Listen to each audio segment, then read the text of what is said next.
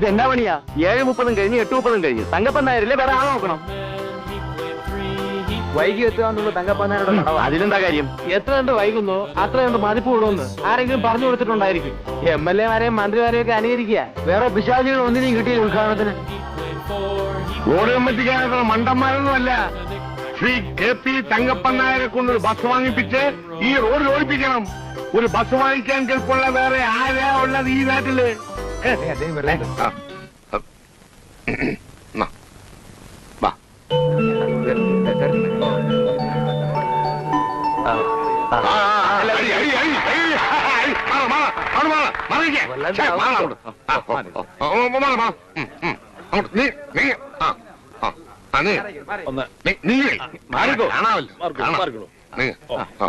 ഞാനൊരു വാക്ക് പറഞ്ഞു.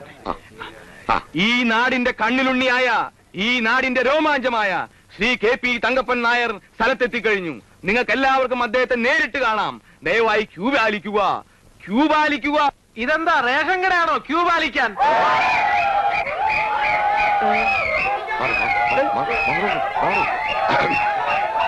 പ്രിയപ്പെട്ട എന്റെ സ്വന്തം നാട്ടുകാരെ, നമ്മുടെ എല്ലാം ശ്രമഫലമായി ഈ നാടിന്റെ ഹൃദയരേഖയായ വേറ്റുമ്മൽ കൊങ്ങാറ്റ റോഡ് ഇന്നിതാ ഗതാഗത യോഗ്യമായിരിക്കുകയാണ്.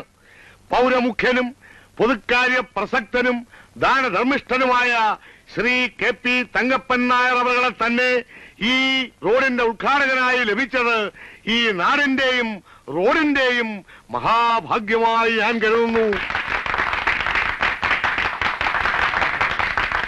ഈ മംഗളമുഹൂർത്തത്തിൽ നാട്ടുകാരെ മുഴുവൻ പ്രതിനിധീകരിച്ചുകൊണ്ട് ഞാൻ അദ്ദേഹത്തിന്റെ മുന്നിൽ ഒരപേക്ഷ സമർപ്പിക്കുകയാണ്. രണ്ട് കരകളെ തമ്മിൽ യോജിപ്പിക്കുന്ന ഈ റോഡിലൂടെ ഒരു പുതിയ ബസ് സർവീസ് ആരംഭിക്കുവാനുള്ള സന്മനസ് അദ്ദേഹത്തിനുണ്ടാകണം. ഏതെങ്കിലും ഒരു അന്യനാട്ടുകാരൻ അതിന് തയ്യാറാവുകയാണെങ്കിൽ അത് ഈ നാടിനും നാട്ടുകാർക്കും ഒരുപോലെ അപമാനകരമായിരിക്കും എന്ന് അദ്ദേഹത്തെ ഓർമ്മിപ്പിക്കാൻ ഈ സന്ദർഭം ഞാൻ ഉപയോഗിക്കുകയാണ്.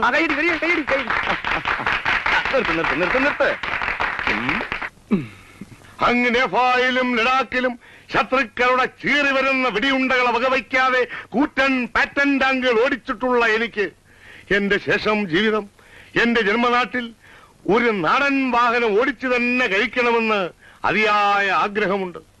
ഈ റൂട്ടിലൂടെ ഒരു പുതിയ ബസ് സർവീസ് ആരംഭിക്കണമെന്നും അതിന്റെ സാരഥിയായി എന്നെ തന്നെ നിശ്ചയിക്കണമെന്നും നാട്ടുകാരുടെ പേരിൽ വീണ്ടും വീണ്ടും അഭ്യർത്ഥിച്ചുകൊണ്ട് ഈ റോഡിന്റെ ഔപചാരികമായ ഉദ്ഘാടനത്തിന് വേണ്ടി ശ്രീ KP തങ്കപ്പൻ നായർ അവരെ സാദരം ക്ഷണിച്ചുകൊള്ളുന്നു.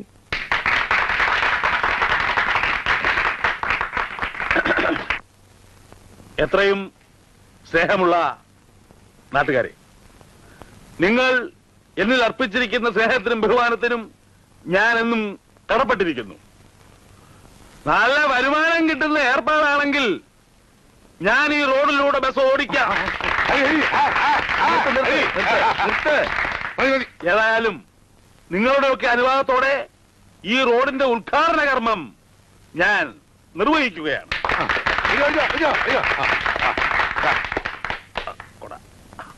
അങ്ങോട്ട് ദയവായി ക്യൂ പാലിക്കുക. ക്യൂ പാലിക്കൂ, ക്യൂ പാലിക്കുക. ആ,